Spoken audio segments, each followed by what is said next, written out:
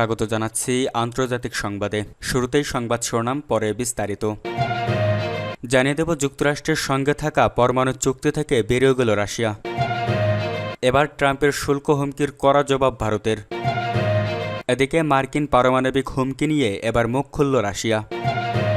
সর্বশেষ জানিয়ে দেব, মার্কিন ভিসাদারী ভারতীয়দের কঠোর বার্তা দিল যুক্তরাষ্ট্র। এতক্ষণ শুনছিলেন সংবাদ শিরোনাম, এবার বিস্তারিত। যুক্তরাষ্ট্রের সঙ্গে থাকা পরমাণু চুক্তি থেকে বেরিয়ে গেল রাশিয়া। স্বল্প ও মাঝারি পাল্লার পারমাণবিক ক্ষেপণাস্ত্র মোতায়েনের উপর থাকা নিষেধাজ্ঞা রাশিয়া আর মানবে না বলে জানিয়েছে দেশটির পররাষ্ট্র মন্ত্রণালয়। রুশ পররাষ্ট্র মন্ত্রণালয়ের এক বিবৃতিতে বলা হয়েছে, ইউরোপ ও এশিয়া প্যাসিফিক অঞ্চলের পরিবর্তিত পরিস্থিতির কারণে তারা স্বল্প ও মাঝারি পাল্লার ক্ষেপণাস্ত্র মোতায়েনের বিষয়টি পূর্ণ মূল্যায়ন করতে বাধ্য হয়েছে। এতে আরও বলা হয়েছে, যেহেতু পরিস্থিতি ইউরোপ ও এশিয়ার প্যাসিফিক অঞ্চলের যুক্তরাষ্ট্রের নির্মিত ল্যান্ড বেজড মাঝারি ও স্বল্প পাল্লার ক্ষেপণাস্ত্রের প্রকৃত মোতায়েনের দিকে এগোচ্ছে, তাই রুশ পররাষ্ট্র মন্ত্রণালয় মনে করছে যে অনুরূপ অস্ত্রের উপর একতরফা নিষেধাজ্ঞা বজায় রাখার সত্ত্ব আর থাকছে না। রাশিয়ার সাবেক প্রেসিডেন্ট দিমিত্র মেদভেদেভের এক মন্তব্যের প্রতিক্রিয়ায় সম্প্রতি যুক্তরাষ্ট্রের দুটি পারমাণবিক সাবমেরিনকে উপযুক্ত অঞ্চলে স্থানান্তরের নির্দেশ দেন ট্রাম্প। জানিয়ে শুরু হয় ব্যাপক আলোচনা, আর তারই মধ্যে রুশ পররাষ্ট্র মন্ত্রণালয়ের এর বিবৃতি এলো। গত বছর রুশ প্রেসিডেন্ট ভ্লাদিমির পুতিন ও পররাষ্ট্রমন্ত্রী সের্গেই ল্যাভরভ বলেছিলেন, যুক্তরাষ্ট্র ও ন্যাটোর উস্কানির জবাবে মস্কোকে হয়তো ক্ষেপণাস্ত্র মোতায়েনের উপর থেকে নিষেধাজ্ঞা তুলে নিতে হতে পারে। ডিসেম্বরে ল্যাভরভ রাশিয়ার রাষ্ট্রীয় সংবাদ সংস্থা রিয়া নভোসিস্তিকে বলেছিলেন, মস্কোর এই ধরনের ক্ষেপণাস্ত্র মোতায়েনের উপর একতরফা নিষেধাজ্ঞা কার্যত আর টেকসই নয় এবং তা পরিত্যাগ করতে হবে। লাভরভ সংবাদ সংস্থাটিকে আরও বলেন, যুক্তরাষ্ট্র ঐক্যের সঙ্গে রাশিয়া ও চীনের সতর্কতা উপেক্ষা করে বিশ্বের বিভিন্ন অঞ্চলে এই শ্রেণীর অস্ত্র মোতায়েনের দিকে এগিয়ে গেছে। 2019 সালে ট্রাম্পের প্রথম মেয়াদে রাশিয়ার বিরুদ্ধে চুক্তি লঙ্ঘনের অভিযোগ এনে ইন্টারমিডিয়েট রেঞ্জ নিউক্লিয়ার ফোর্সের INF চুক্তি থেকে নিজেদের প্রত্যাহার করে নেয় যুক্তরাষ্ট্র।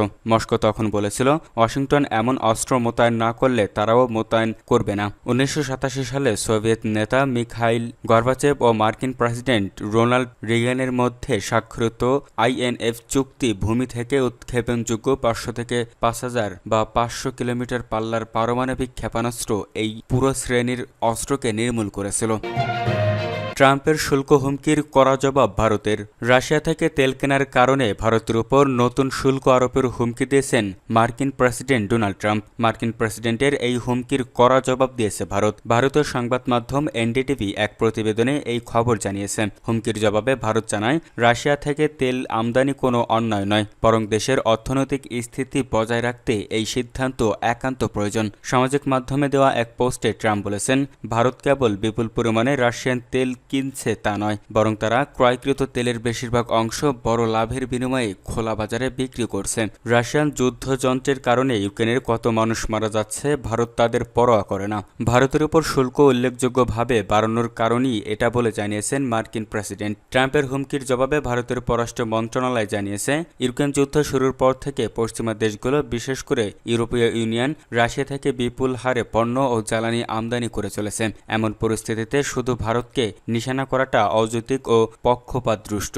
ভারতের সরকারি পরিসংখ্যান তুলে ধরে দেশটির পররাষ্ট্র মন্ত্রণালয় আরও জানিয়েছে, 2024 সালে ইউরোপীয় ইউনিয়নের সঙ্গে রাশিয়ার দ্বিপক্ষীয় বাণিজ্যের পরিমাণ ছিল 67.5 বিলিয়ন ইউরো পণ্য ও 17.2 বিলিয়ন ইউরো পরিষেবা। অন্যদিকে ইউরোপ 2024 সালে রাশিয়া থেকে 16.5 মিলিয়ন টন LNG আমদানি করেছে, যা 2022-এর রেকর্ডকেও ছাপিয়ে গেছে। সোমবার 4 আগস্ট রাতে দেওয়া পররাষ্ট্র মন্ত্রণালয়ের বিবৃতিতে বলা হয়েছে, যুদ্ধের সময় ভারতের প্রচলিত তেল সরবরাহকারীরা ইউরোপমুখী হওয়ায় রাশিয়ার সস্তা তেলের দিকে যেতে হয়েছে। সে সময় আমেরিকাও ভারতকে উৎসাহ দিয়েছিল যাতে বিশ্ববাজারের জ্বালানির দাম নিয়ন্ত্রণে থাকে।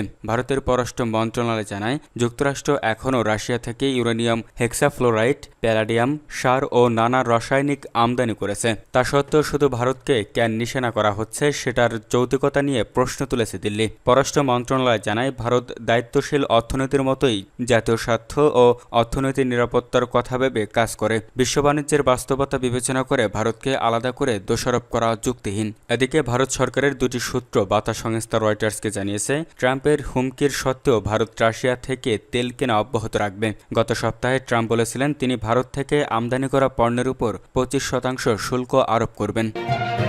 মার্কিন পারমাণবিক হুমকি নিয়ে এবার মুখ খুলল রাশিয়া। মার্কিন পারমাণবিক অস্ত্রবাহী সাবমেরিন রাশিয়ার কাছাকাছি পাঠানোর ঘোষণা দেন প্রেসিডেন্ট ডোনাল্ড ট্রাম্প। তার এমন আক্রমণাত্মক অবস্থানে ওয়াশিংটন ও মস্কোর মধ্যে দেখা দেয় উত্তেজনা। অনেকে একে দুই পরাশক্তির মধ্যে নতুন করে স্নায়ুযুদ্ধের সূচনা বলেও আশঙ্কা প্রকাশ করেন। প্রথমে বিষয়টি নিয়ে কিছুটা নীরব থাকলেও এবার মুখ খুলেছে রাশিয়া। পারমাণবিক ইস্যু নিয়ে মন্তব্য করার ক্ষেত্রে সবাইকে অত্যন্ত সতর্ক হতে হবে বলে সতর্ক করেছে মস্কো। ক্রেমলিনের পক্ষ থেকে গত সোমবার এক আনুষ্ঠানিক প্রতিক্রিয়ায় জানানো হয়, তারা ট্রাম্পের এই বক্তব্যকে বিশেষ গুরুত্ব দিচ্ছে না এবং এ বিষয়ে প্রকাশ্যে কোনো বিতর্কে জড়াতে চায় না। এর আগে গত শুক্রবার ট্রাম্প জানান তিনি মার্কিন নৌবাহিনীর দুটি পারমাণবিক অস্ত্রবাহী সাবমেরিনকে রাশিয়ার আরও কাছাকাছি মোতায়েনের নির্দেশ দিয়েছেন। ঠিক সে সময় থেকেই রাশিয়ার সাবেক প্রেসিডেন্ট দিমিত্রো মেদভেদেবের সঙ্গে সামাজিক যোগাযোগ মাধ্যমে তীব্র বাকবিতণ্ডায় জড়ান ট্রাম্প সম্প্রতি ইউক্রেনের যুদ্ধ বন্ধে রাশিয়াকে সময়সীমা দিয়েছেন মাত্র 2 সপ্তাহ।